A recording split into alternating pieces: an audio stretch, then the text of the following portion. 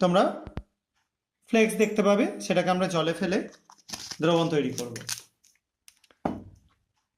এটাও যে কোনো জলেই করতে পারো, তোমাদের ডিস্টিল ওয়াটারে করতে হবে, কোনো মানে নেই। এবার আমরা এটাকে অ্যাড করে নেব এটার মধ্যে।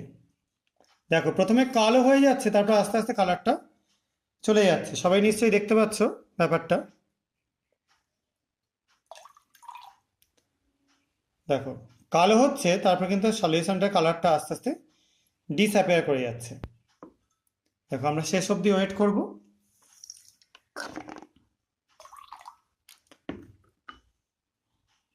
দেখো পুরো কালো হয়ে গেছে। এখন এর মধ্যে একটু HCl অ্যাড করে দিচ্ছি।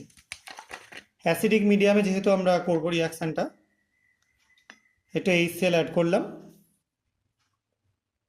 দেখো সাদা ঘোলাটে একটা দ্রবণ তৈরি হলো। এই যে সাদা ঘোলাটে দ্রবণ তৈরি হলো, এটার আমি কিছুটা আলাদা একটা কন্টেনারে ঢেলে নিচ্ছি, তোমাদের এক্সপেরিমেন্টগুলো দেখাতে সুবিধা হবে বলে। আর এটা স্টক আমাদের থাকলো। এবার এর মধ্যে আমি যোগ করে দিচ্ছি পটাশিয়াম ফেরোসায়ানাইড। দেখো দেখতে পাচ্ছ দেওয়ার সঙ্গে সঙ্গেই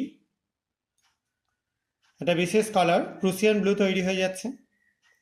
এবং এটা তৈরি হচ্ছে মানে এটার মধ্যে আয়রনের স্যাম্পেল আছে। তোমরা